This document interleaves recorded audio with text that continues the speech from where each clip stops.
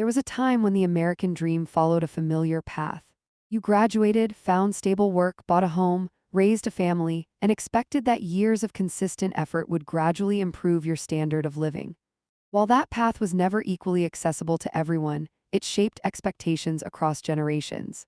Today, however, a different story is emerging. Increasing numbers of Americans are choosing to relocate to places like Vietnam, Bali in Indonesia, Thailand, Malaysia, and the Philippines, not because they are retiring with extraordinary wealth or escaping responsibility, but because they believe their income, savings, or remote earnings can provide a more manageable lifestyle abroad than they can at home. This shift is less about chasing luxury than it is about responding to changing economic incentives, and understanding it requires looking beyond travel videos and social media into the mathematics and psychology of modern living. The first thing to understand is that relocation rarely changes how much money a person earns, but it can dramatically change how much that money is able to purchase. Economists describe this through purchasing power, which measures the quantity of goods and services that a given amount of income can buy in different places. Two people earning the same salary may experience completely different standards of living depending on local housing costs, healthcare expenses, transportation, food prices, and taxes. For someone earning a remote income in US dollars, the difference can be substantial if they move to a country where many everyday costs are lower. Housing illustrates this principle clearly. In many American metropolitan areas, rent or mortgage payments consume a significant share of household income, often leaving less flexibility for saving or discretionary spending. By contrast, many cities across Southeast Asia have historically offered lower housing costs, although prices have risen in neighborhoods popular with foreign residents. The attraction is therefore relative rather than absolute. A person who struggled to balance housing expenses in a high-cost American city may find that a different cost structure allows more room in their monthly budget, even if their income remains unchanged. The same logic applies to many recurring expenses. Meals purchased outside the home, local transportation, domestic services, and certain healthcare costs may be less expensive in parts of Southeast Asia than in many areas of the United States. Individually, these differences may appear modest, but repeated hundreds of times across an entire year, they can reshape a household budget.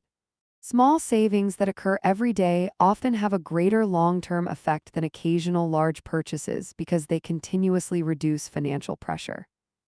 Psychology plays an equally important role. Financial stress is influenced not only by income, but also by the perceived gap between earnings and obligations.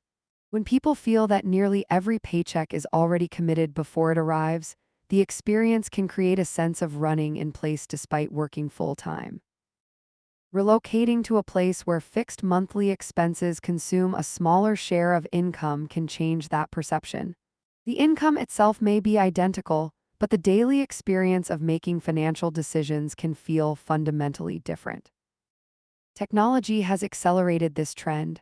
Remote work, online businesses, freelance careers, and globally distributed companies have reduced the need for many professionals to live close to their employer. Decades ago, moving overseas often meant giving up career opportunities. Today, some workers can maintain their employment while changing only their geographic location. This separation between where income is earned and where it is spent has become one of the defining economic shifts of the digital era. Social media has also influenced perceptions. Videos showing inexpensive apartments, affordable meals, and tropical scenery often attract millions of views. While many of these portrayals are genuine, they frequently emphasize exceptional experiences rather than the full picture. Relocating internationally involves visa requirements, changing tax obligations, language barriers, healthcare systems, cultural adjustment, and fluctuating exchange rates. Everyday life abroad still includes bureaucracy, unexpected expenses, and adaptation. The financial equation is therefore more complex than comparing restaurant prices or apartment tour. In the end, the growing interest in Vietnam, Bali, Thailand, Malaysia, and other parts of Southeast Asia is less a story about escaping one country than it is about adapting to a changing global economy. As work becomes increasingly mobile and income becomes less connected to physical location, people naturally compare entire economic systems rather than individual salaries. The question gradually shifts from how can I earn more to where does the income I already earn create the greatest stability, flexibility, and quality of life?